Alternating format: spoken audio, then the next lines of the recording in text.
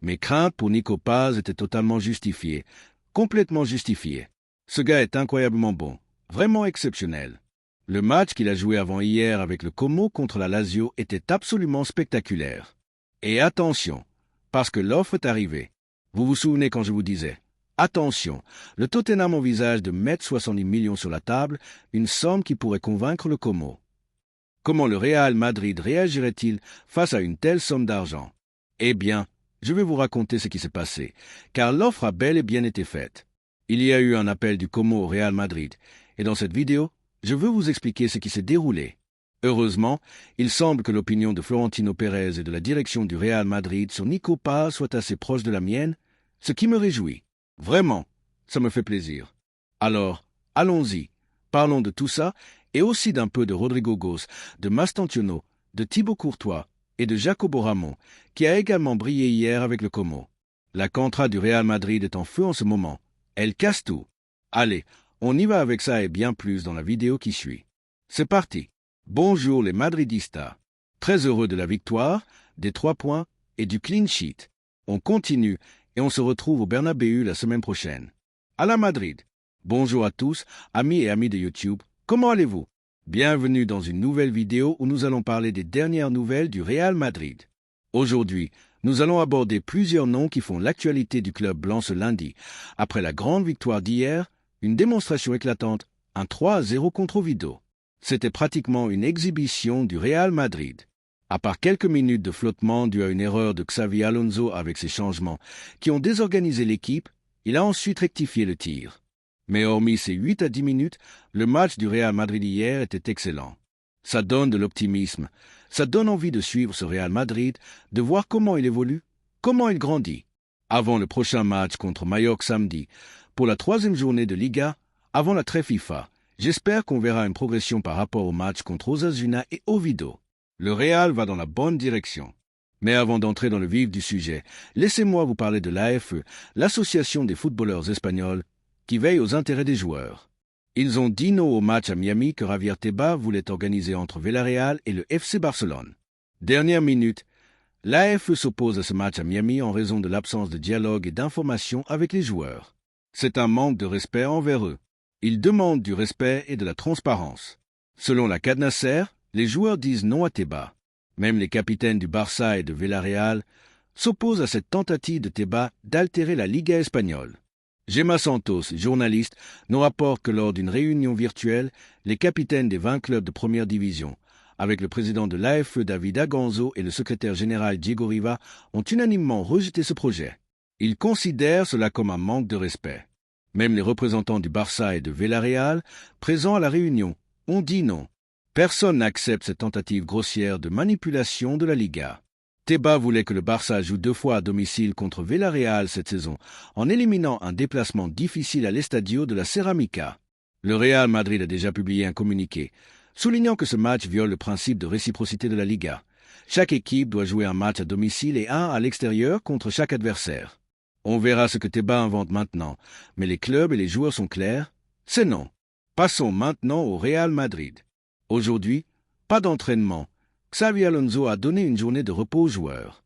Ils reprendront demain, mardi 26 août, à 11h, pour préparer le match contre Mallorca. Maintenant, parlons des noms propres de cette vidéo. Rodrigo Goes, Franco Mastantuono, Thibaut Courtois et bien sûr, Nico Paz. Certains ont voulu faire passer un clip de Rodrigo Goes comme un manque de respect envers Xavi Alonso lorsqu'il a été remplacé à la 60e minute. Il a donné une poignée de main cordiale à Vinicius Junior, qu'il a remplacé, et à Xavi Alonso. Pour moi, son geste de jeter son maillot ou son gilet était plus une frustration personnelle qu'un reproche envers son coach. Rodrigo a fait 60 bonnes minutes, il a été travailleur, associatif, et a bien respecté le plan de Xavi Alonso. Ce n'était pas le joueur clé du match, mais il a montré qu'il peut être utile pour des rotations ou même des titularisations. Vinicius, entré à sa place, a dynamisé le jeu, montrant un plafond plus élevé, mais Rodrigo reste un joueur valide qui peut contribuer. Franco Mastantuono, titulaire pour la première fois hier, il a joué 63 minutes. Xavi Alonso tient sa promesse. Mastantuono est là pour jouer et être important. Il a montré du caractère, de la personnalité et une grande qualité, même s'il a accusé le coup physiquement après 60 minutes. Il a lui-même dit à Real Madrid TV, l'intensité des entraînements en Europe est un choc par rapport à l'Amérique du Sud. Avec une pré-saison atypique et peu d'entraînement, c'est normal. Il s'associe bien avec Carvajal, Valverde, Mbappé et parle le même langage que les cracks comme Arda Güler. Quand il prend le ballon, on sent qu'il peut se passer quelque chose. Son physique va s'adapter et je suis sûr qu'il aura des minutes contre Majorque. Thibaut Courtois, deuxième clean sheet consécutif. Contre Osasuna, il n'a pas eu de travail. Mais contre Oviedo, il a réalisé une parade exceptionnelle lors d'un moment où Oviedo a poussé pendant 10 minutes à cause des changements maladroits de Xavi Alonso. Courtois a souligné à Real Madrid TV ce que Xavi Alonso demande. Commencer fort, presser haut et être vigilant. Cette pression empêche les adversaires de sortir proprement. Et si une contre-attaque arrive, tout le monde doit défendre. Ces déclarations montrent que Xavi Alonso a bien analysé les failles de la saison passée, des premières mi-temps sans intensité et un système défensif fragile. Avec Xavi, le Real entre fort dans les matchs, embouteille l'adversaire dès la première minute et tout le monde travaille, de Mbappé à Courtois. C'est une base solide pour être prêt pour les moments clés de la saison, Ligue des Champions, Coupe du Roi, match décisif en Liga. Nico Paz, le sujet principal. J'avais raison de m'inquiéter, car le Tottenham est arrivé avec une offre de 70 millions d'euros après l'échec du transfert d'Aes vers Arsenal. Le Como a appelé le Real Madrid pour discuter de cette offre. Bonne nouvelle, l'offre a été rejetée. Le Real Madrid considère Nico Paz comme un futur joueur de la première équipe. Hier, contre la Lazio, il a marqué un coup franc et donné une passe décisive, prouvant qu'il est le patron du Como.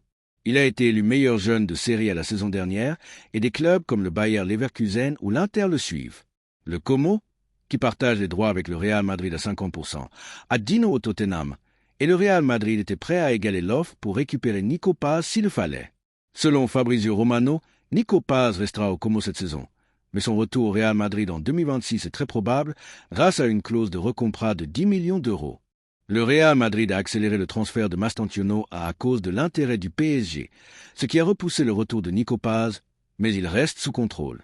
Le Como est un allié précieux pour le Real Madrid, qui n'a pas de club satellite comme City ou Chelsea.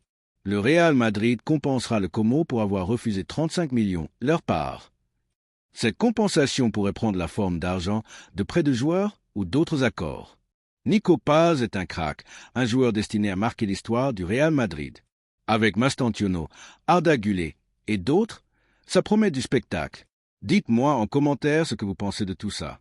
C'est une raison d'être heureux. Nico Paz sera probablement dans l'équipe première la saison prochaine. Quel joueur incroyable! On zoome sur la saison 2024 à 2025 de Nico Paz, ce milieu de terrain argentin formé au Real Madrid, qui a littéralement enflammé la Serie A avec le Como. Si vous suivez le foot italien, vous savez déjà que ce gamin de 20 ans a été une sensation. Allons-y, on débriefe tout ça étape par étape. Eh bien, rappelons le contexte. Nico Paz, né en Argentine mais avec des racines espagnoles, a rejoint le Como en 2023 après une vente partielle de ses droits par le Real Madrid, 50-50. Le Real Madrid garde une clause de rachat à 10 millions pour 2026, mais pour l'instant, Nico brille en Italie sous les ordres de Cesc Fabregas.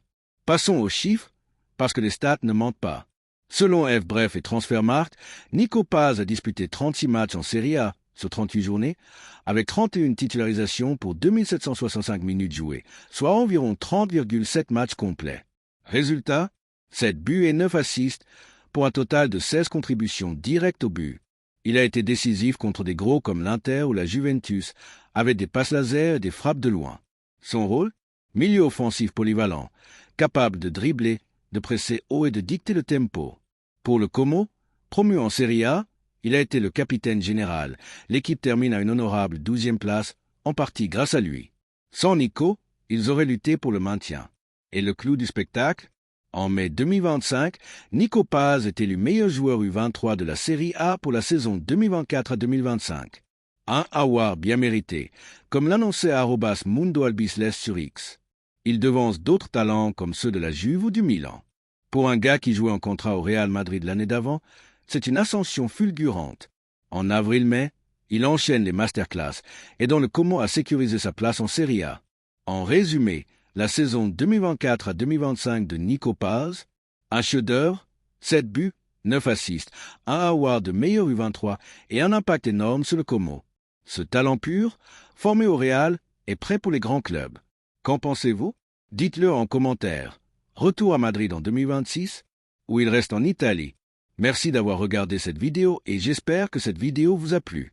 N'hésitez pas à lâcher un petit pouce bleu, vous abonner à la chaîne et à activer la cloche pour ne rien manquer des prochaines vidéos.